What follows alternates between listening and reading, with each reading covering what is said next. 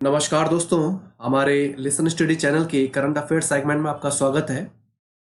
आज है 6 अगस्त और 6 अगस्त तक एग्जाम के पॉइंट ऑफ व्यू से जितनी भी इंपॉर्टेंट अपडेट्स हैं वो हम यहाँ पर देख लेते हैं। पहला क्वेश्चन है, राज्यसभा द्वारा हाल ही में पास किया गया संशोधित फैमिली कोड बिल का प्रस्ताव इनमें से किसने रखा? ऑप्शन में किरण रिजिजू, अनुराग ठाकुर, निर्मला सीतारमण या फिर स्मृति ईरानी। इसका करेक्ट आंसर है किरण रिजिजू। ये है किरण रिजिजू, ये वर्तमान में भारत के केंद्रीय कानून मंत्री हैं। इन्होंने ही इस विधेयक को संसद में रखा है। इस विधेयक के प्रस्ताव के समय इन्होंने बताया है कि वर्तमान में भारत में 26 राज्यों और केंद्र शासित प्रदेशों में 715 फैमिली कोर्ट है। इसमें हिमाचल प्रदेश और नागालैंड की 3 फैमिली कोर्ट भी शामिल है, जहां इस विधेयक के लागू होने के बाद जो हजारों पेंडिंग केसेस हैं उन पर सुनवाई हो सकेगी। अब यहाँ पर अगर हम भारतीय राज्यसभा की बात करें तो अनुच्छेद 80 ये राज्यसभा से संबंधित है। 3 अप्रैल 1952 को राज्यसभा का गठन किया गया। राज्यसभा में सदस्यों की अधिकतम संख्या 250 तक हो सकती है, जबकि वर्तमान में इसमें 245 सदस्य हैं। राज्यसभा सदस्य बनने हेतु न्यूनतम 30 वर्ष की आयु होनी चाहिए। राज्यसभा सदस्य का जो कार्यकाल होता है वो 6 वर्ष का होता है। राज्यसभा का सभापति भारत का उपराष्ट्रपति होता है। नेक्स्ट क्वेश्चन है, हाल ही में किस देश के प्रधानमंत्री ने एलजीबीटी राजदूत के रूप में नई नौकरी निकालने की घोषणा की है? ऑप्शन है इसमें जर्मनी, इटली, फ्रांस या फिर इजराइल। इसका करेक्ट आंसर है फ्रांस। यह है फ्रांस की वर्तमान प्रधानमंत्री एलिजाबेथ बॉर्न। इन्होंने हाल ही में घोषणा की है कि दुनिया भर में एलजीबीटीक्यू समुदाय के लिए जो डिस्क्रिमिनेशन है उसको दूर करने के लिए उनके अधिकारों हेतु राजदूत के रूप में नई नियुक्तियां निकालेंगी। अब यहाँ पर अगर हम फ्रांस की बात करें तो फ्रांस की राजधानी पेरिस है। यहाँ की आधिकारिक मुद्रा यूरो है। विश्व प्रसिद्ध एफिल टावर ये पेरिस में स्थित है। फ्रांस की राजधानी पेरिस ये सीन नदी के तट पर स्थित है। वर्तमान में फ्रांस के राष्ट्रपति इमैनुअल मैक्रो है। यहाँ की वर्तमान प्रधानमंत्री एलिजाबेथ बॉर्न है। फ्रांस का राष्ट्रीय दिवस 14 जुलाई को मनाया जाता है। यह जो देश है ये संयुक्त राष्ट्र सुरक्षा परिषद का स्थायी सदस्य देश है। नेक्स्ट क्वेश्चन है, इनमें से कौन राष्ट्रमंडल खेलों में लंबी कूद की पुरुष श्रेणी में रजत पदक जीतकर इस स्पर्धा में यह पदक जीतने वाला पहला भारतीय बन गया है? ऑप्शन है इसमें विजय कुमार यादव, मुरली श्री शंकर, तेजस्विन शंकर या फिर संदीप कुमार। तो इसका राइट आंसर है मुरली श्री शंकर।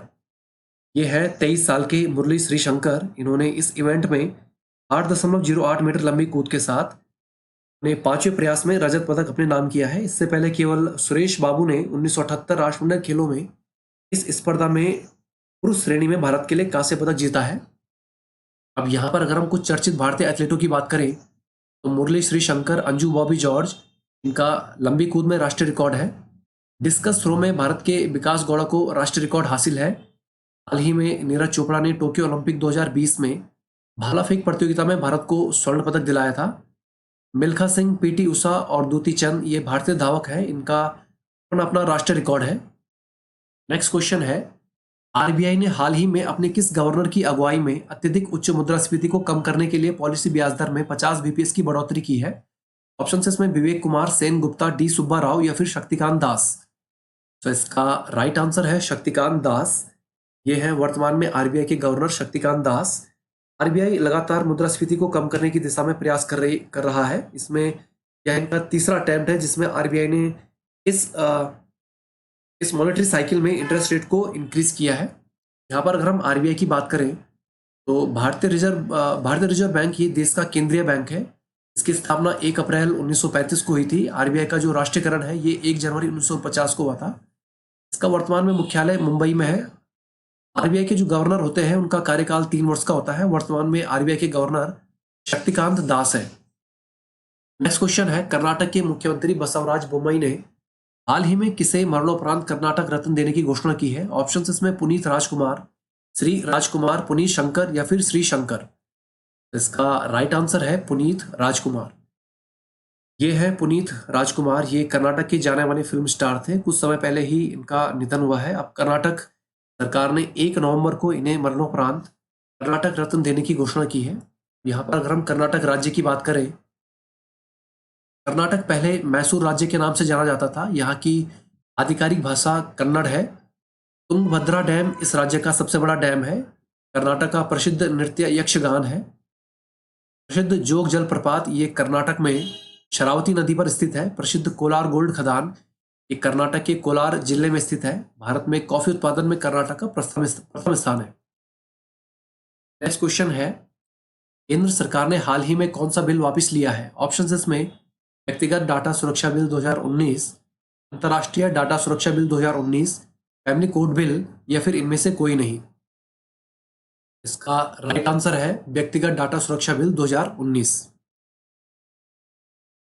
संयुक्त संसदीय समिति ने इस बिल के लिए 80 संशोधनों का सुझाव दिया है। इसी के चलते हमारे अभी जो सूचना प्रौद्योगिकी मंत्री हैं अश्विनी वैष्णव, इन्होंने इस विधेयक को वापस लेने की सूचना दी है।